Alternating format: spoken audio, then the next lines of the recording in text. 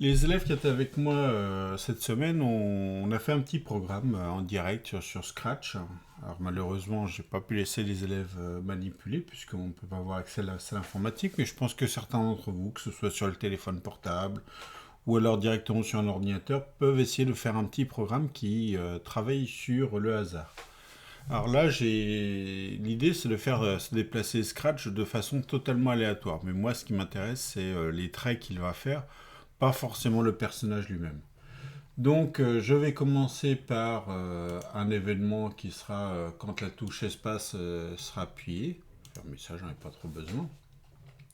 Je vais commencer par aller au centre. Donc, c'est le point de coordonnées 0, 0. Le voici. Ensuite, je vais effacer tout.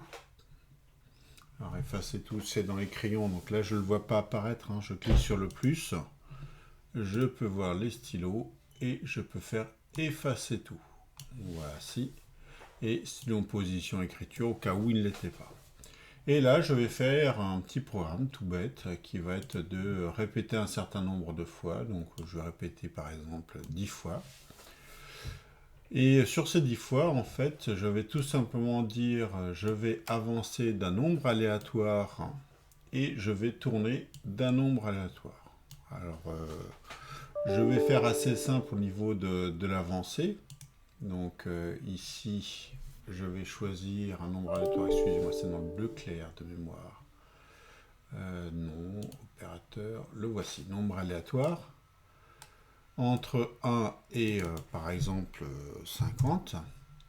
Et puis je vais tourner, alors on peut tourner d'un angle qui va aller de 0 à 360 degrés. Je vais enlever le 360 parce que 360 finalement c'est la même chose que 0. Donc je vais mettre 359. Et je lance ce programme. Et vous avez pu voir que Scratch ici a fait quelque chose d'assez original. Alors je peux le relancer, il va faire autre chose. Je vais le relancer, il va faire autre chose. Je peux augmenter le nombre de 10 fois. Je vais passer par exemple patron de fois. Donc là il va faire quelque chose de beaucoup plus complexe. Et ce qui est intéressant, c'est que vous pouvez regarder, à chaque fois que j'exécute ce programme, il ne fait jamais le même dessin.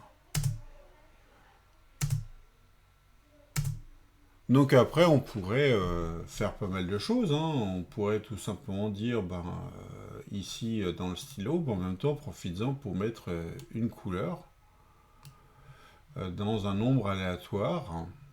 Donc je retourne ici, nombre aléatoire, par exemple entre 1 et 200.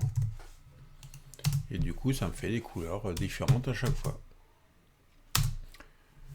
Et si je veux prolonger l'expérience et aller jusqu'à, par exemple, 200, mais ce coup-ci, je ne veux pas faire des traits qui puissent aller jusqu'à 50, mais que jusqu'à 10. Donc ça me fait des tout petits traits.